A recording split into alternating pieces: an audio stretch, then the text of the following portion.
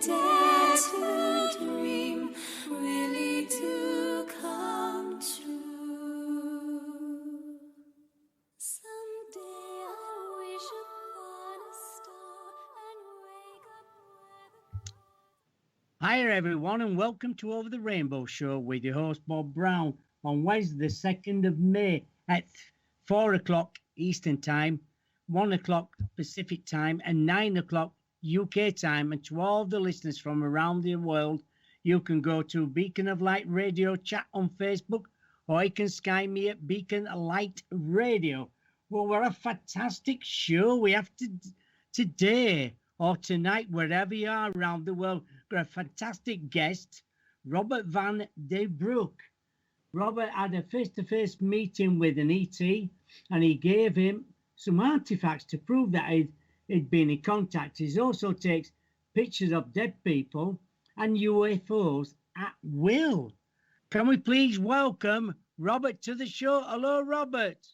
Hello, nice that I can that we can come on your show. Thank you, Bob, and I thank you that other lady. I forgot her name. So sorry, Jennifer. Thank you, Jennifer, that you are in the program. That I can come in your program. That's the way I must say it. Yes, it's absolutely wonderful. From an early age, can you just give us a brief outline of what happened to you when you were growing up? Yes, I was growing up in Hoeven. That's a little village between Roosendaal and Breda. It's in the Netherlands. It's a small country. I was born in the hospital in Breda. Then they was bring me to Hoeven, where my parents was living. And then I have two sisters, one older, one younger. And I was, growing up as a normal kid, but I was see things, and I was think and expecting that everybody was see that. But I was discovered that it was not true, that other children was not see that most all the time. And I remember me when my parents was bring me to my bed, that I was see figures coming around my bed, sometimes creatures, sometimes dead people, sometimes the room.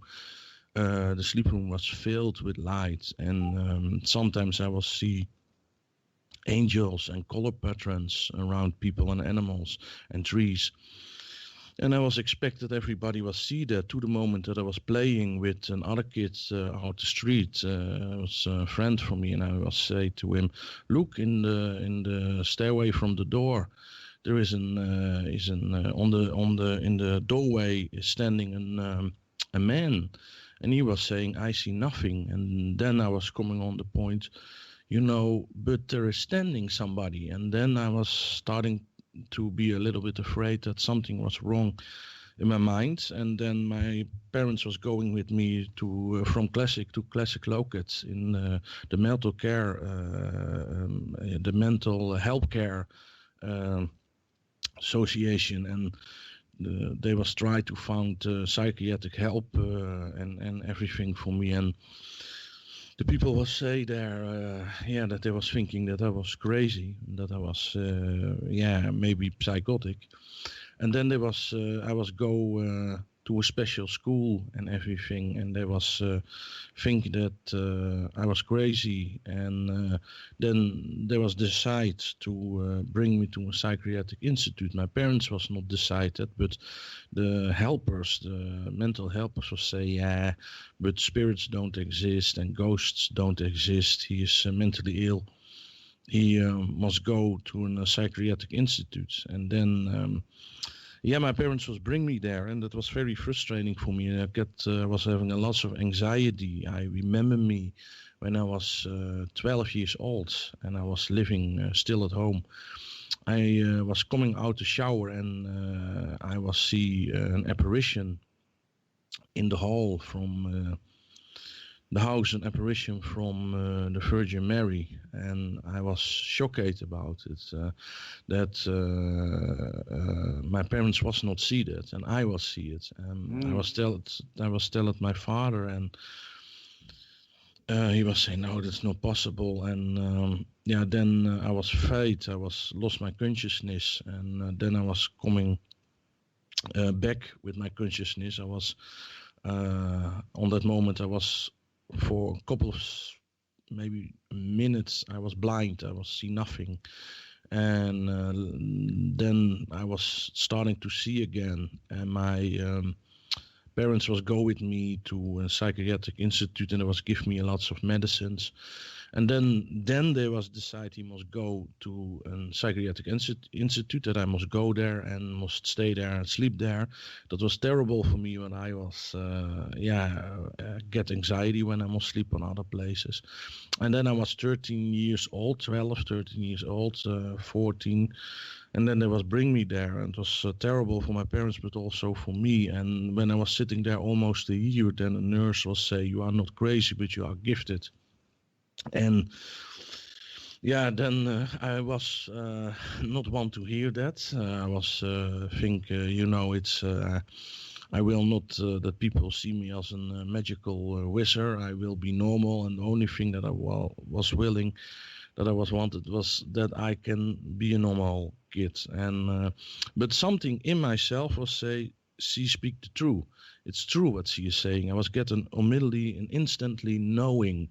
And then I was my parents was go to Nijmegen. They was go to a man that is very gifted. They was hearing from him, and he was helping me through a picture. When I was sitting on the institute, my parents was not tell the mental helpers that they was go to him, and he was very gifted, and he was also a medium, and he was starting to help me through a picture. And I was feeling the moment when he was helping me, that he was helping me or in a distance, and my parents was not tell how late they was go there. And then I was feeling a distance exactly the time when he was do it, and that was right. And then he was close my gifts in a distance a little bit, that I can be a normal puber, normal kid. And then the helpers in the institute was thinking that I was better, that I was get healed, and they was say, "Give it a try, let them go back to association." And then I was come back at home, and then I think to the moment that I was 15, 16 years old, it was stay quiet and I can do normal things. And then when I was 16 years old, my gifts was coming back in the form from crop circles, that I was get very strong the feeling that I must go to a nature place. And then I was driving there on my bike, and I was watching to... Would they appear then, Robbert? On that moment, I was go with my bike. I was get the feeling you must go to nature. I was feeling big, intense, all sort of as if the universe was coming around me.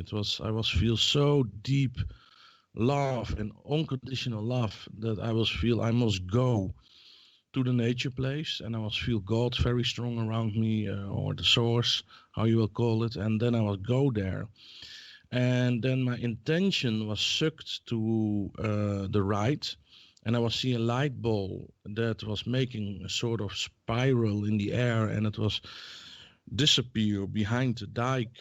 And when I was going with my bike on the dike, the light bulb was disappear, but in the fields I was discover 3 beautiful circles, and the circles was still the grass in the circles was still moving, and you will see that was just happening. That was very very impressive. That was the begin of now 100 circles that I have discovered in now 26 years, since the 90s, since 1996, where I have seen how they was forming, and also that I was seeing sometimes that they was already there when I was come there, but then I was get visions from the specific field, the street name, I was get it in my head, and then I was go there, and many times it was there. And in the first time I was discover it only self, and later I was discover it self, but I was see only self when light bulbs was make the crop circles, but later I was get witnesses around me, like Nancy Talbot, die in 2001 she was flying to the Netherlands. She was the assistant from Professor Livingood in America. He was do the famous crop circle test, that it was discovered that the cells from the plants was changed in some real circles, and that means that radiation was there, and radiation can change only cells. And she was that proves that the circles are real. But she was hearing from me, and then she was flying to the Netherlands to meet me in 2001, and then she was talking with me, and she was asking me, can you do a prayer to ask the higher source if it can maybe more directly? I've never ever see that. I was never ever seeing that a crop circle was forming, and I would say, okay, I can do that, but I cannot promise it, but the other world will decide, or it is good or not good. I'm not the boss, I'm just an instrument. So I was ask the higher source if they will do it, and then she was say, I going to my bed, I'm tired. It was in the night, and then I was close the doors, lock the doors, and I was decide I will also go to bed, and so I will stay in the kitchen. And then I was get goosebumps over my whole body, and I was hearing that the cows was making noise outside in the fields, and I was feel that something was happening. So I was turn the light out. I was make it dark, and from the one to the other second, in 3 seconds times, there was a big beam of light shooting down behind the house from my parents where I was living then, in the fields, in a bean fields behind his house, 3-4 times. And then I was hearing upstairs that Nancy was running downstairs. She was saying, have you seen that, have you seen that? And she was standing then by me, and we was watching out the window, and we was see that a big beam of light was coming down, and was falling in the fields again and again and again, and we will see that the plants was going down flat on the ground, and we was discovering a beautiful circle in a bean field, and that I was happy that she was see that. And yeah, now last week, another witness, Johny Webb, was here. He was never ever see how a crop circle was forming, and he have see it now also with me, that a crop circle was out of the blue, he was not expected, was forming right for his face. It is, does it still, when you see things like that, are you still amazed by it? Yes, yes. It ever It's not frighten normal. you? Are you ever afraid? No, no. It's all the time that I know that it is what the things that are going on around me, they are only love. It's only very sweet and loving what's going on. Yeah. It's coming to have a lot to do with what people call God of the source. It's the power that is standing above all the star constellations and all the universe. What did Nancy think about it then, Nancy Talbot? She was amazed from that she was see how a crop circle was forming. She was very happy with it, and she give testimony from it on conferences, on lectures and interviews. And she have done a lot of scientific proofs with me, also with Professor Dr. Roll. He was a parapsychological researcher. He was very skeptical. He was also unmasked a couple of mediums, but he was wishing to test me, and he was test the photokinetic gift from me. When I make pictures, I take your camera and you standing and watching it. You have a chance that when I make pictures that relatives from you appear on the picture, or extraterrestrials. And she was organizing the scientific research to it, and Dr. Roll was visit me in 2008, and he was doing lots of critical tests with me, with his cameras and with different cameras from him, and he was do the chip in it, and he was that people and extraterrestrials was appearing on the picture, and he have given official explanation after it that he was not seeing a signal from fraud, and he was and that it he must conclude that it is real. And later, Dan Drayson She was Nancy Talbot was organized. Dan Drayson, he's a filmmaker, and he was testing me under strict conditions. And they was testing me that they was give me a camera.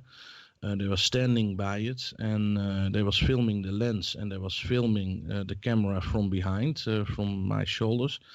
And they let me know one moment lonely. They was buy a new camera, and they was plug the chip in, and then they was filming me and was making pictures. They call it the closed box. That there is no way that I can escape or that I can use trickery.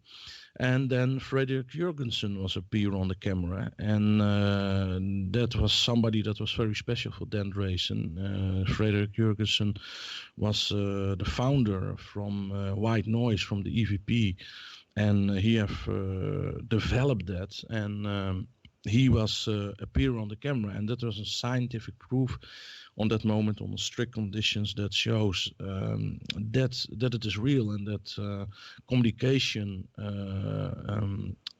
with through a mediumship on the camera is possible, and it was proof that I'm not a charlatan.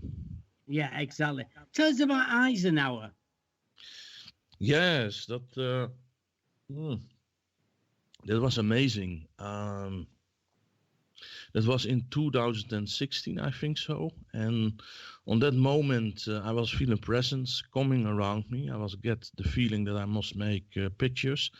And then Eisenhower was coming on the picture. And he is strong connected with extraterrestrials. And there is a story that he was meet an extraterrestrial when he was living on this planet, when he was living. But he was given the message that he is working from out the afterlife, also with extraterrestrials, and that he will give the message that there's some mystical star that astronomers have discovered, where the mother star, the sun, is sometimes go blinded, that they not can see the mother star more. There is something very big coming before a big star, some shape or some form, and that they can see through the telescopes. The star almost not. There is something big that's flying around it, and the star, they call it KYC, something like that, and then numbers behind it. I don't remember me exactly, but there are some astronomers. They think, they have the theory that they have maybe some very intelligent aliens live there, that have built a sort of big city around the sun there, around the planets there, and they are different astronomers. They think maybe that's happening. There are some other astronomers, they think it's maybe a very big cloud with dust, but they not really think that is the true. It's too big to be a cloud with dust. And Eisenhower was giving me the message, yes, there is life, and it's a very intelligent, they are very intelligent life forms, and they will discover more. So that was a very special message, and that Eisenhower is also working in the planetary program from planet Earth to create disclosure. So that was a very nice message. I was very thankful for that message. He was appear on the camera, on the picture, and you can see that also on Facebook and on the website. So how long you been taking photos then? Since 2004. Yeah, then I was discovered on one night that I was feeling that something was around me. I was living still by my parents, and I was hearing the noise like a flute, very high, very, or a little bit of noise from grasshoppers. It was grasshoppers, it was very sharp, high noise. And then I was get the drift to make pictures, and then I was making pictures from a green chair that was standing there, and I was also see with my naked eyes that some sort of cloud, energy cloud, was in the chair there, and I was making pictures. And after, when I was watching back, you will see first the cloud, then you will see that the cloud was get a form from a sort of classical alien gray. And then the big ice was appearing, and then you were seeing that there was almost sitting a creature, a physical creature in the chair. And then more and more people was hearing from it, and they was asking, will you make pictures? And they was coming with cameras, and then I was making pictures. And sometimes dead relatives was appear on the camera, sometimes creatures, sometimes angels. My dead uncle was coming on the camera, my grandmother was coming on the camera. And then some journalist was asked if he can write an article for the newspaper, and he was bringing his camera. And then also creatures was appear on the camera. And, what kind of creatures were appearing on the camera? Sometimes white creatures, sometimes they was having, they was show green, sometimes yellow, sometimes red. I have sometimes gold. I was gotten lots of types on my camera. Sometimes there was hairy, sometimes creatures you cannot imagine. It was very, very interesting, fascinating what was happening there. Yes, it was, and also dead relatives. Sometimes also only plasma vortex forms. Sometimes symbols was appear on the pictures. Sometimes a cross or a pyramid, or a beautiful white, how you say that, unicorn was coming on the picture. It sounds romantic, but it was really happening with the camera from a tourist that was visit a crop circle, and she was asking, can you make a picture? So yes, of course. Can you tell us about what the aliens left you? Some artifacts? Yes, it was an experience from 2015. It was a normal day and a normal night. And I was get the drift to go outside. And I was not get specific a feeling that I was not get specific a feeling that I having sometimes when a crop circle is happening, then I get a restless feeling before. I was get more the drift, I will get fresh air. I will out my house. So I was take my motorbike and I was go to Breda Airport. That's an airfield in my village, Bossenhoofd. And when I was driving to there, I was see a light hovering in the sky, and I was thinking first maybe it's a helicopter. But then I was driving more closer to the airfield, and I was feeling that the light was having consciousness. Then I was follow the light, and I was coming by a grass field, and I was see that the light was hovering above, was hanging above the field, and it was an egg-shaped light. It was white, blue, a little bit yellow, and it was maybe the shape so big as a car. And then I was parked my motorbike. I was walking in the field, and when I was walking in the field, I still remember, it's very strong. I was feel this unconditional love coming on my body, over me, total over me. And two light balls, little orbs was coming out of the egg shape. They were starting to spinning. Then a sort of liquid milk white type or plasma was coming out it, and it was formed a body, one taller body, one little body, and a sort of gray type head. And on the body I was seeing that octopus arms was sitting there, like tentacles was coming out of the body. And I was a little bit shocked from it, want I have a little bit bacterial phobia my whole life. I wash my hands many times, and I shame myself a little bit for it. But it's a little bit a problem for me. And then on that moment I was thinking, this creature's coming maybe from another biotope, from out another galaxy, another solar system. They are other bacterials. They have maybe other viruses. And when you go to Asia, you must get shots. Because I was afraid. I was thinking, oh, maybe I will starting to be really sick. And I was also smelling fish, serious fish I was smelling when they were standing right before me. Then I was feeling God coming around me. I was feeling that the power that have created everything was coming around me and was telling me, he was telling me, don't be afraid, nothing will happening to you. You have protection. Then I was feel that the taller creature will shake my hand with his tentacle.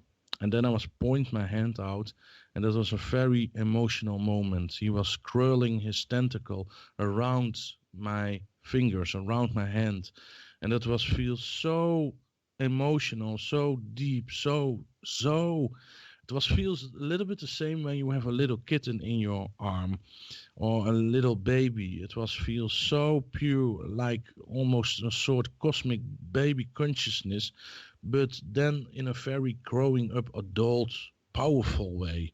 It was feel amazing. And then I must get the message, we will prepare the humanity through you for disclosure. We will prepare people on the fact that we look different, that there are many creatures in space, they look different. And people will stop to discriminate each other. White people discriminate, sometimes black people sometimes white. And that's terrible. We must stop that. When we will have contact with the whole association, when we will get the right to have communication with extraterrestrials, we must learn to grow up and to don't discriminate more. And they was telling me that I must be a bridge for them. Then I was get the message, we will give you something. And I was expect maybe a stone or something, but then I was feel that the moment was coming from goodbye, that they must leave. And it was very painful for me when I was having the wish on that moment that I can go with him, with them.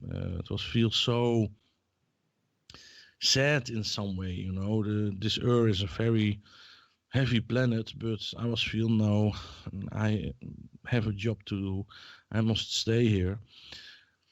And then there was coming a sort of same liquid light around the bodies from the creatures. And then there was coming sort of light over them, spinning again very fast. And I was see that the two creatures was levitating from the ground. And then I was hearing tap, tap, tap, tap, tap. And I was see that this tentacles was dropped on the ground, falling from the bodies. And I was asked telepathic in my head, is everything go okay with the dematerialization? I'm afraid that I'm watching now a cosmic dematerialization accident, the same like the Philadelphia experiment. And then I was getting my head, no, don't make yourself worries. They will grow back. This is what we will give you as a physical evidence that extraterrestrials exist. And they was telling me they will grow back. And that was making me happy when I was hearing that. And then they was transformed, the two creatures, in a light ball again, in two orbs. They were shooting in the egg shape. Then the egg shape was still hovering there, and I was watching it. And then the egg shape was not fly away, but it was zapped away, like you turn a television screen out. And then I was knowing now I must take the tentacles from the ground, and I was do it. And I was remembering me that I have a plastic package in my motorbike, and I was take so many as I can. And then I was asked in my mind, have I now all the tentacles? And I was getting my head, yes. Then I was drive back to my home. I was take a piece of plastic black plastic was laid down on the ground, and I was laid down the octopus arms there, the tentacles, and I was make pictures from it. That was the first thing that I was think that I must do, but I was not know what the bacterials will do from this planet when they come in touch with the tentacles. You know, maybe it will go rotten quick. And then I was thinking, what is now the best that I can do? And I was thinking, yeah, bring them in the freezer. And then I was in the freezer, in the freezer. Yeah. And then I was do them in plastic packets, and then separate. And then I was bring them in the freezer. And then I was asked on my Facebook, or scientists have interest in it, and nobody was react, and it was very painful to discover that the scientific world was thinking, yeah, you know, this man makes it up, he's a liar. And then I was keep it in the freezer, and then now after since 2015 it is there, and now I'm happy that Johny Webb was visit the Netherlands and will take a sample from it and bring it to a lab in England or in Germany. Yeah. And they will do a scientific DNA test with it, but also other tests that they can see, a sort of biotope test they call it, that they discover or it is extraterrestrial, or if they discover that there are things in it they don't know. Dus I'm very excited about it. Yes, and Johny Webb is also on, I think so, in the program. He's going to come on to validate things, what he's been seeing with you since he's been over. Yes, maybe I think he can he's amazed by what he's seen, you know, the little time he's been over. He just can't believe it. Yeah, that's he was coming a little bit skeptical, and he was come to the Netherlands a little bit skeptical, but he have discovered now that it is real, and that makes me very happy. You know, it is so easy for people, they say to say in a distance, you know, he's a charlatan, but when they meet me, they know that it is real. And maybe Johnny can tell Self something. I don't know if he is on. Yeah, we'll get him on in a minute. But you can call up UFOs as well. That's true. Yes. I have discovered when I ask the higher source, or they will come, that they sometimes also come and appear in the air. And last summer there was a journalist was asking me, Netherlands journalist from the Netherlands was asked if he can come to me to have a talk with me and tape it about the things that going on around me.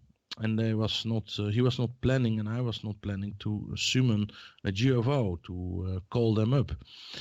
As we was walking outside by the fields, and I was give an interview about what's happening there and the crop circles and how long they are there.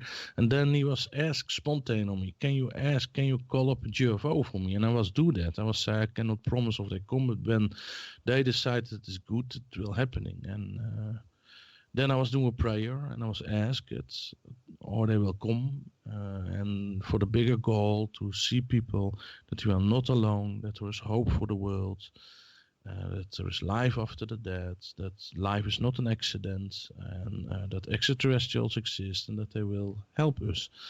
And then when I was doing the prayer, light bulbs was appearing right above us in the beautiful blue sky. Light bulbs that was flying over us, and sometimes circulate above us. It was amazing, and he was taped. He was filming it, and that was making me very happy that he was filming it. And, otherwise, some skeptics say that I'm a tricker, that I fake. Oh yes, UFOs. You get that. Sometimes you get that all the time, Robert. You know, Yes. it's because you can do things, but a lot of people can't. You can be in touch with aliens and they think, oh, what a load of rubbish that is. But, you know, you've had Nancy Talbot around you. You've had lots of people filming you who are very independent people. And they find it, they just can't believe what's happening. You know, you've got to be there beside you to see this happen. And absolutely, Johnny's been there and he's told me himself, he said, it's just blown my mind away how things happen around him. Yeah. There's no trickery, no nothing. What you get is what you see from him. Yes, he's a very, you know, he don't brag about things. He's very modest in what he does. Yeah, what he does say, you know. He's a genuine guy. Yeah, I'm not. I'm a normal, grounded person. I'm not. Some people don't expect from me when they see all this. That's a funny part from the story. Lots of people expect maybe that I live as a Mormon, in you know, in a cave or something. But I'm a normal person, you know, with my teeth, with my laughing. And, but you do normal things like normal people do. Yeah, sure. And some people expect also when they will have a friendship with me that I philosoph, that I do the whole day philosophic ways and act in a philosophic way, and that's not. I don't like in my private life to talk about my gifts a lot. I like more to have then grounded people around me that I can make fun with them, that I can be goofy. But some people, but some people don't accept that and they leave me. Then they want so badly. Yeah, I have an interest what you want to do in life. Like you say, we all like a bit of fun. We don't want to be doing this all the time, 24 hours a day. You're just a normal man who goes about his business every day. Exactly. And that's what everybody loves you, what it's all about. Thank you. Yes, that's but I have these gifts and I thank God for it, that I can help people. And when God has guided me to some situations of people, or I must do things, then I've also get the message that it is good that it's come out to people, to give sometimes a lecture or give an interview or radio talk, that people can learn from it, that people can be get inspiration from it. And, so you're giving information from the aliens to us down here to say, do not be frightened. You know, love into it, you know. Yes.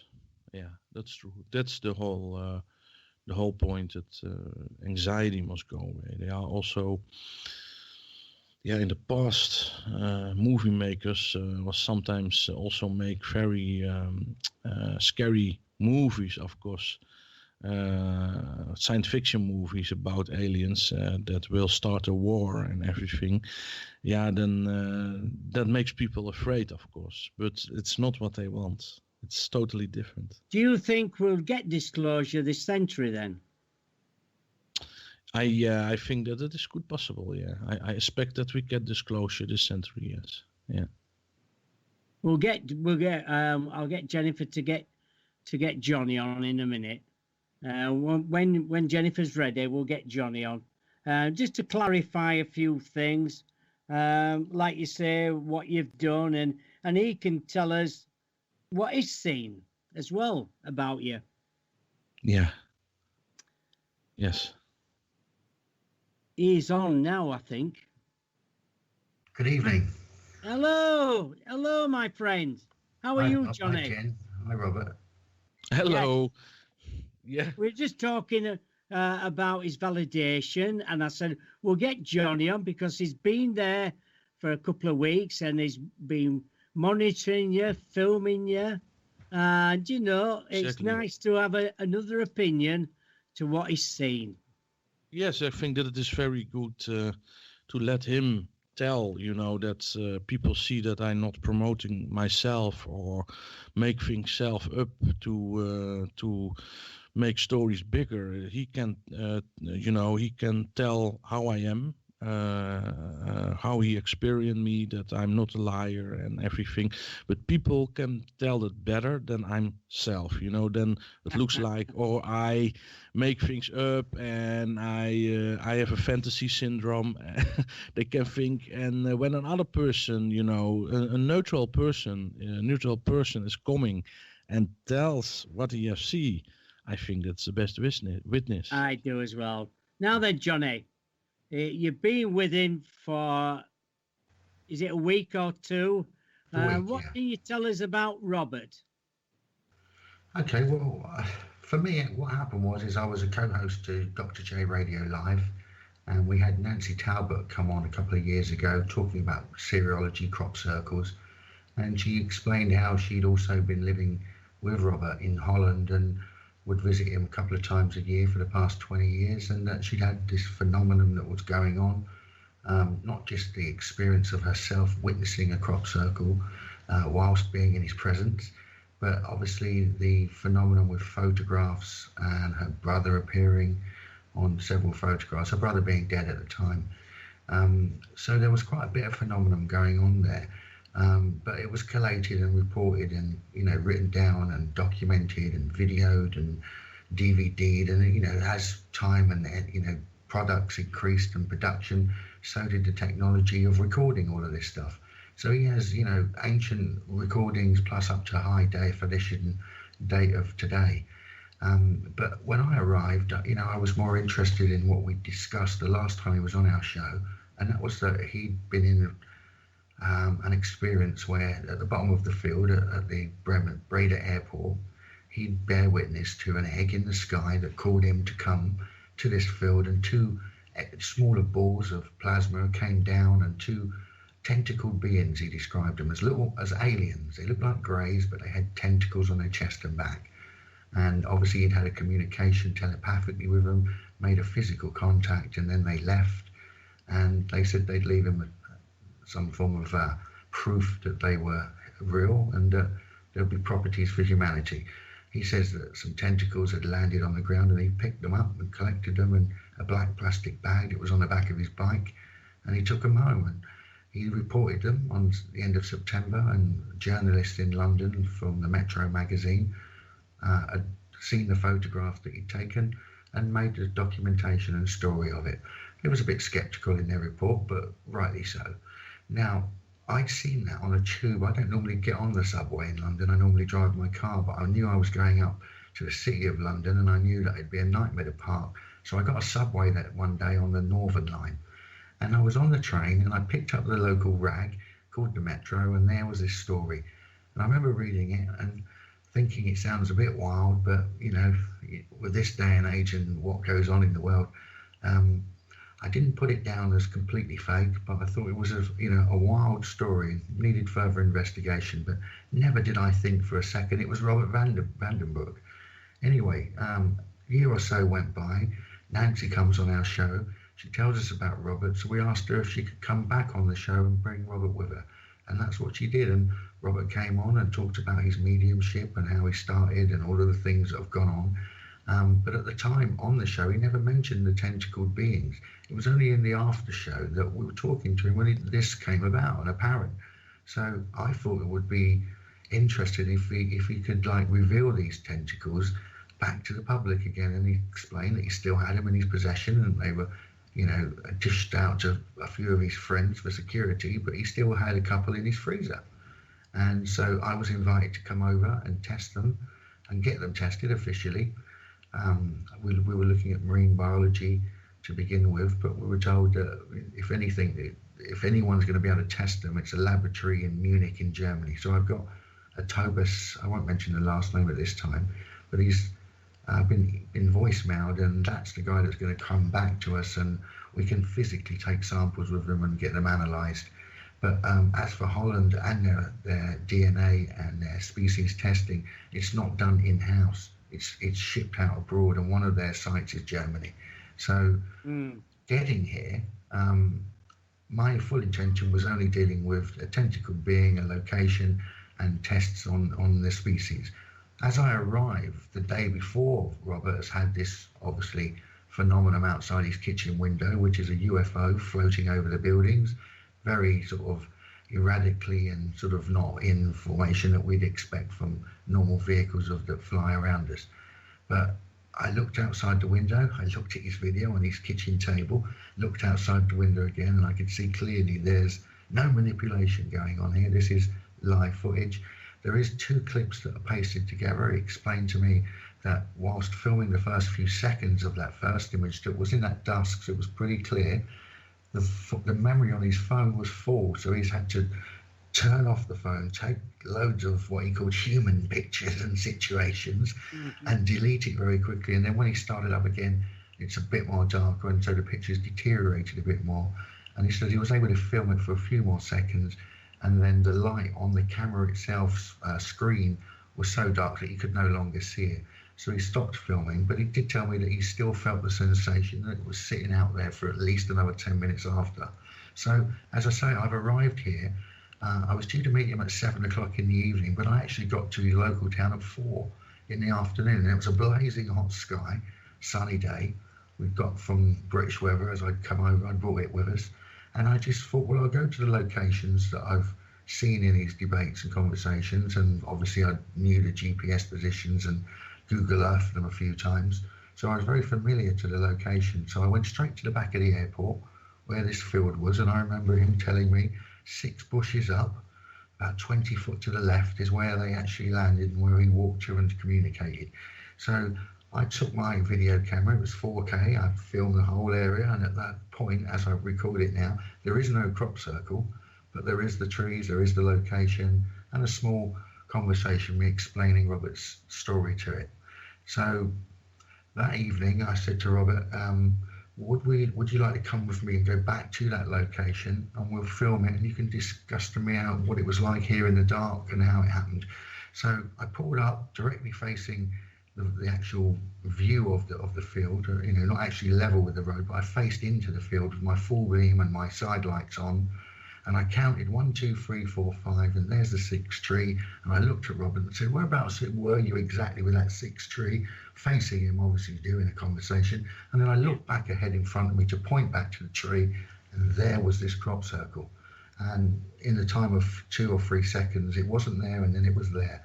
And not only was it there, it was sort of rough cut at first. No, it wasn't actually a circle. It was starting to look a bit rough and trampled. And I said, look, Robbert, it looks like it's forming a circle, a depression. And he went, yeah, Johnny, you'll see it first. It's a crop circle. And I said, yes, it's a crop circle. And it literally blemished out to be a perfect circle. And I thought, this is unbelievable. I just got out of the car. I said, right, get the cameras. Let's film it. It was quite dark, my own cameras, and wasn't too good on it.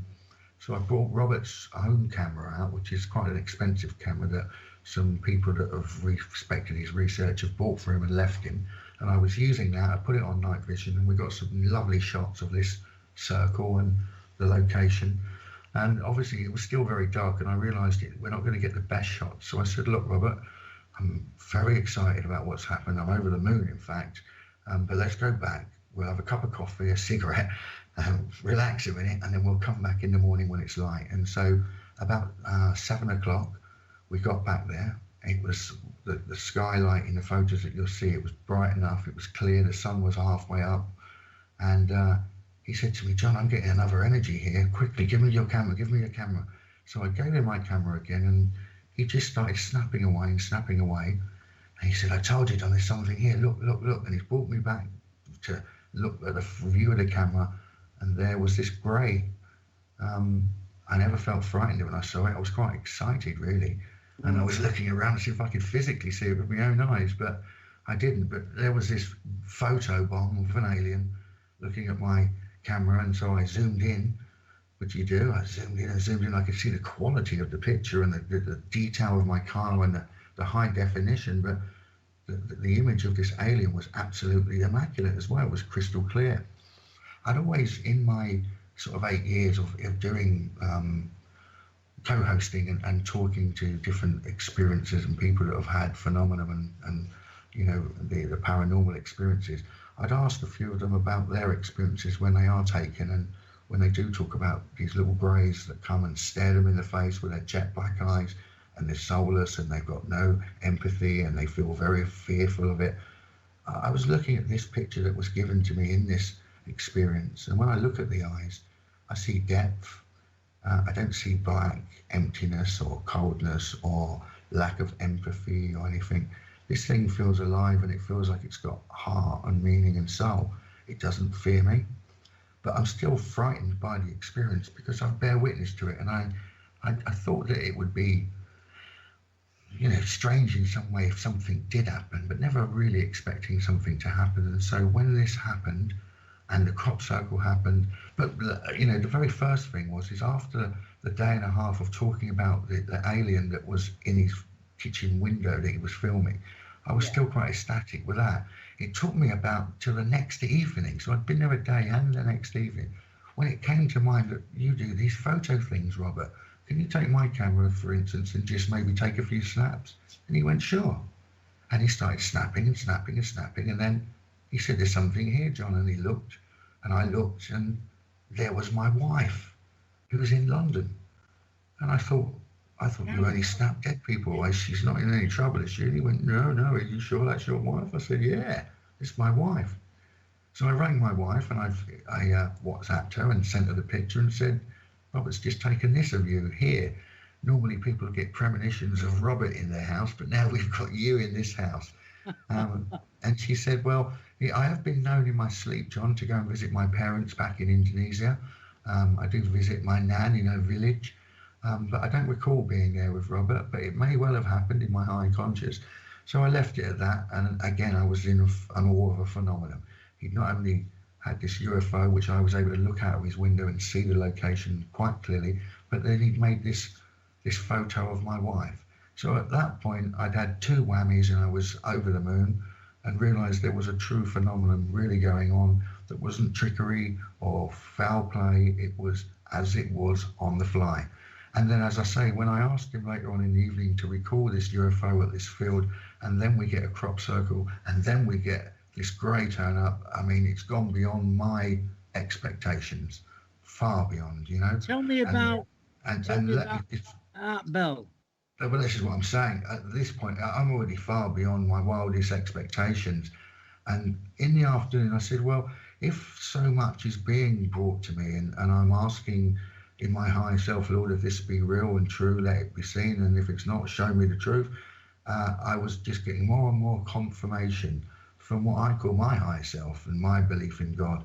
And then I said to Robert, you know, when Jesus died, it took him 3 days to come back. And when he came back, he said, don't touch me because I've yet formed and yet been transitioned, or whatever that term was.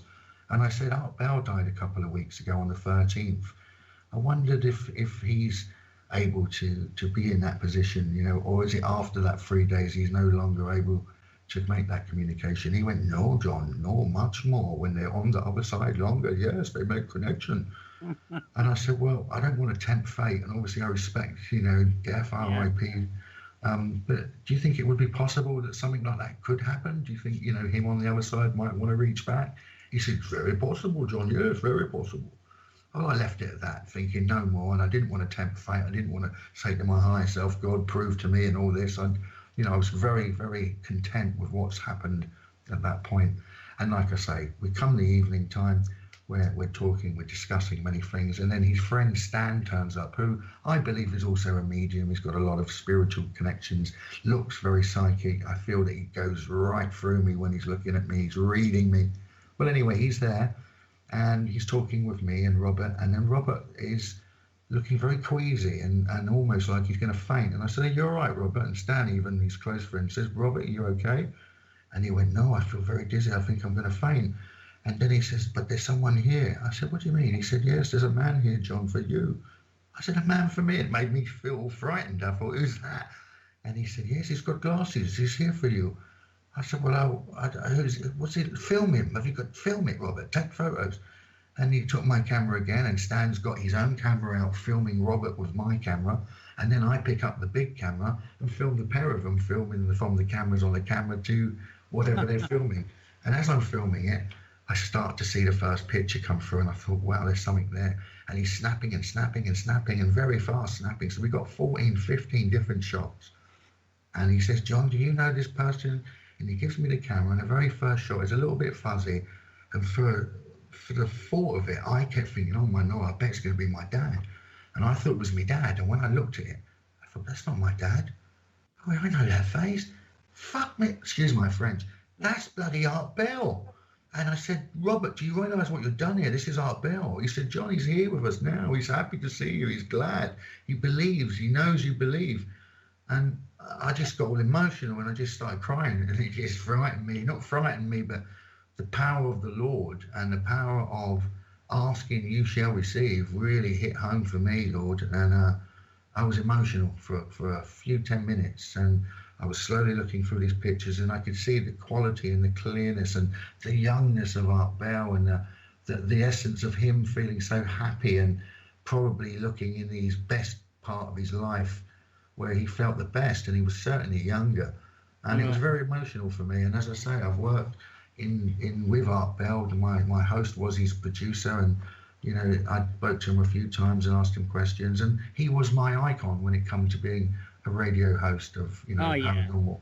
So for him to come through, genuine guy.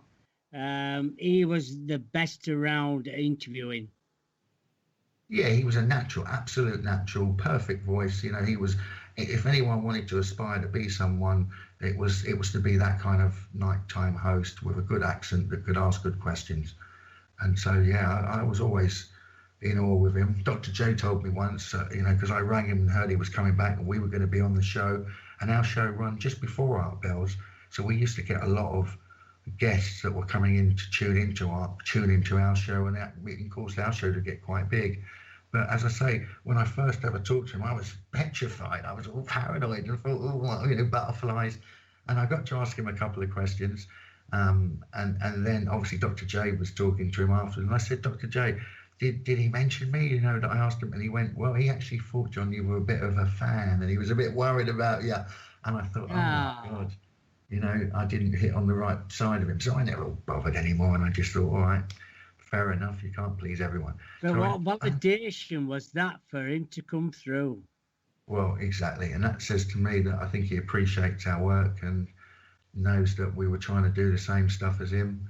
And that was for me, like, you know, that's another emotional thing that touched me, that he came through, you know, and it was beautiful. And again, I'm sorry, you know, Mrs. Art Bell and your family. I don't mean to be disrespectful to your passing, but your partner came to us, and he shared something with us that was really part of his life experience in the radio show.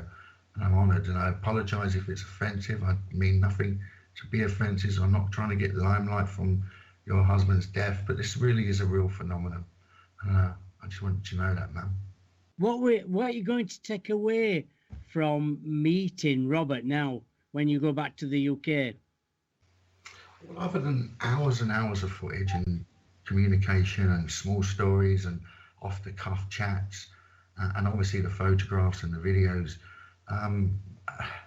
I think it's going to take me a couple of weeks, probably a couple of months, to digest this mentally and physically and understand what really happened here. As I say, I'm used to phenomenon. I'm used to listening to guests talk about their experiences, but when you're actually full on in it yourself, it's not something to take lightly. I feel quite touched by it, to be honest with you. I'm still not digested it properly.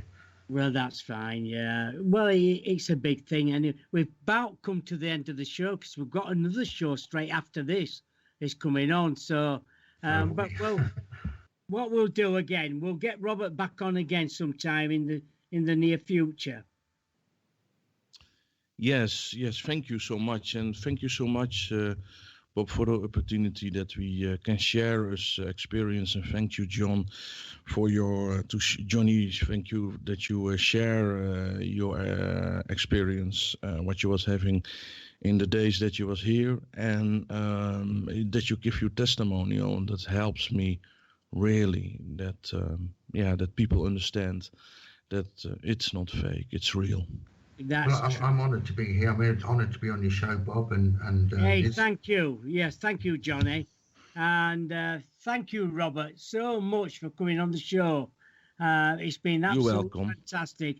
Everybody in the chat rooms loved it as well. As soon as Jennifer gets the archives up, I'll send you the archives of the show. Thank you so much. Yes, so you can listen to it in your own time. Anyway, thank you. We'll have to go now, unfortunately, but there's another show straight on back to back of this show now. Thank you to everybody in the chat room. Thank you to Jennifer, the producer of the show. Thank you, Robert, Jennifer. Yes, and thank you, Johnny, for coming on the show as well. Welcome, guys. God bless you. And good night and God bless. Bye for now.